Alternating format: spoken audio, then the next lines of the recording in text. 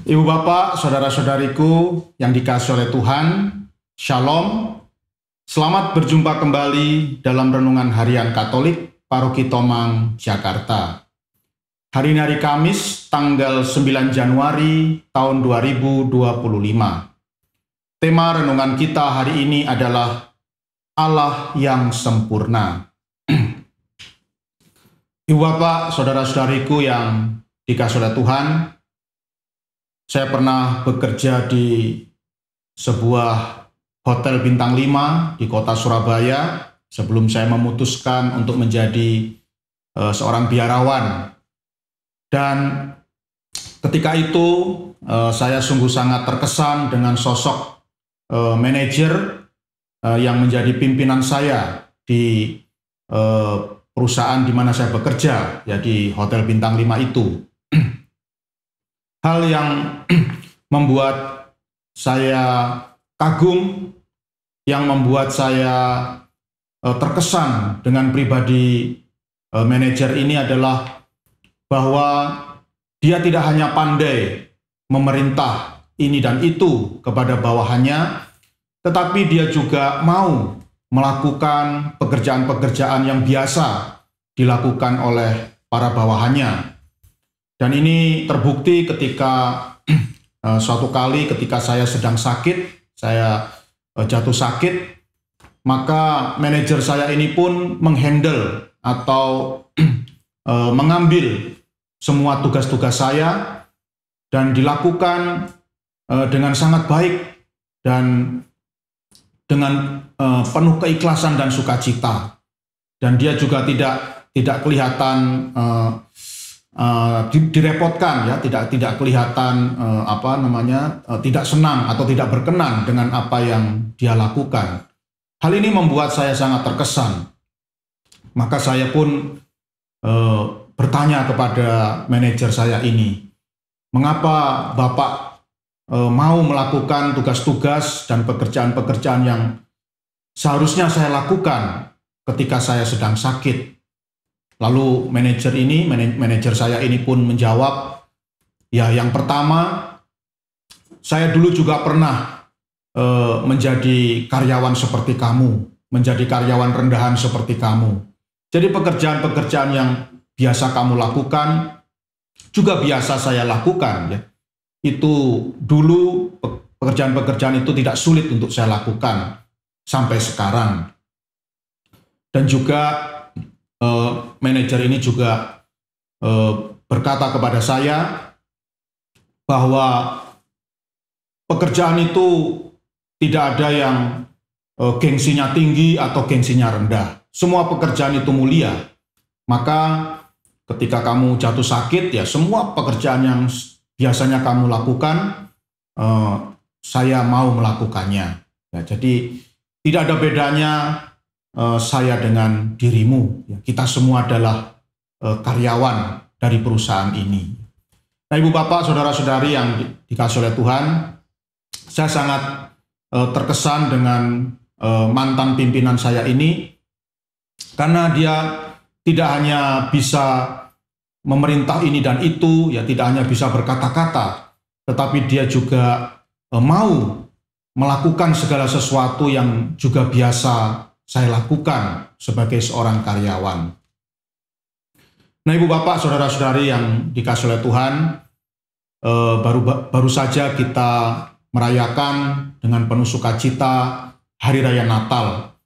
Dan melalui peristiwa Natal kita bisa melihat sesuatu yang luar biasa, di mana Allah yang Maha Tinggi, Allah yang bertahta di sorga, mau turun ke dunia menjadi manusia biasa seperti kita, dan mau mengalami segala pergumulan, segala pergulatan hidup, sebagaimana juga kita alami dalam hidup sehari-hari. Inilah ibu bapak, saudara-saudariku yang dikasihi oleh Tuhan, kita sungguh patut bersyukur karena memiliki Allah yang sungguh luar biasa. Allah yang tidak hanya bisa berkata-kata, Allah yang tidak hanya bisa memerintah ini dan itu, tetapi juga Allah yang mau mengalami segala pergulatan, pergumulan hidup manusia, dan juga mau menjalankan atau melaksanakan apa yang Dia katakan. Dan Allah ini terungkap, Allah ini menjelma menjadi manusia di dalam diri Tuhan kita Yesus Kristus. Allah yang mau menjadi manusia, Allah yang mau menjadi sama dengan kita. Sungguh inilah pribadi Allah yang luar biasa yang ada di dalam iman kita. Ibu bapak, saudara-saudari yang dikasihi oleh Tuhan, di dalam Injil Lukas bab 4 ayat 14-22 yang dibacakan dalam perayaan Ekaristi hari ini, dikisahkan ketika Tuhan Yesus pulang ke kota kelahirannya Nazaret. Dia masuk ke dalam sebuah sinagoga atau sebuah tempat ibadah, dan kebetulan ya orang-orang yang mengenal dia memberikan kitab suci untuk dia baca. Dan Tuhan Yesus pun membuka kitab Nabi Yesaya, di mana di dalam kitab Nabi Yesaya itu tertulis ya seperti yang juga tertulis di dalam Injil Lukas hari ini.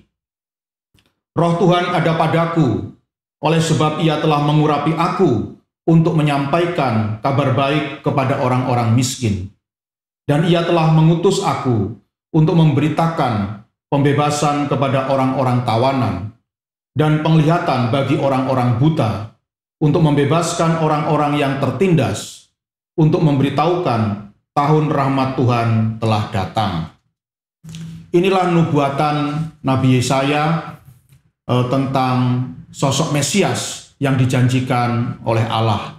Inilah sabda Allah yang dicatat oleh Nabi Yesaya di dalam kitabnya.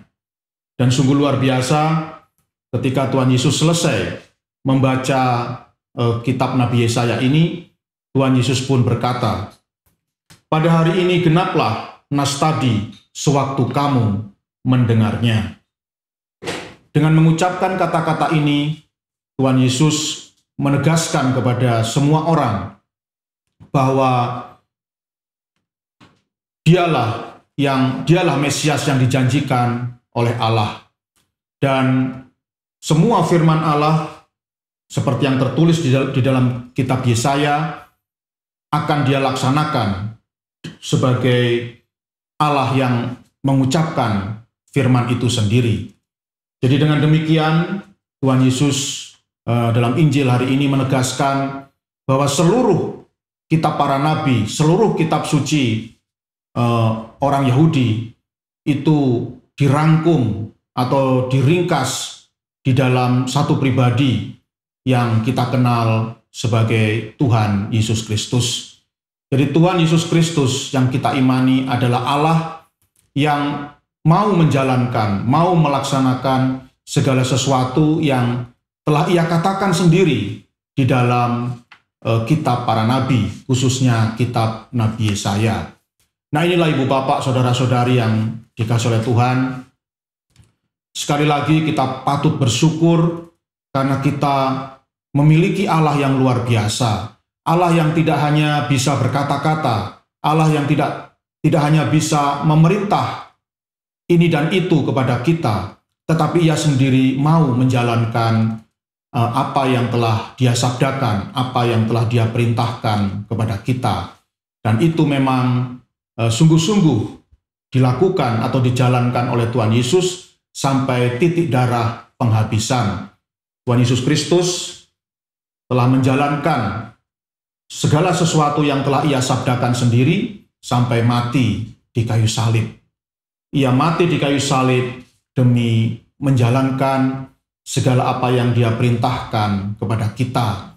Maka ibu bapak, saudara-saudari yang dikasihi oleh Tuhan, kalau Allah saja, ya Allah sendiri mau menjalankan segala perintah dan ketetapannya, apalagi kita, ya kita seharusnya juga meneladan apa yang telah dilakukan oleh Tuhan Yesus. Kalau Allah saja mau menjalankan apa yang Dia perintahkan, ya apalagi kita, ya kita juga harus sungguh-sungguh menjalankan apa yang telah diperintahkan oleh Tuhan kita, yaitu hidup di dalam cinta kasih.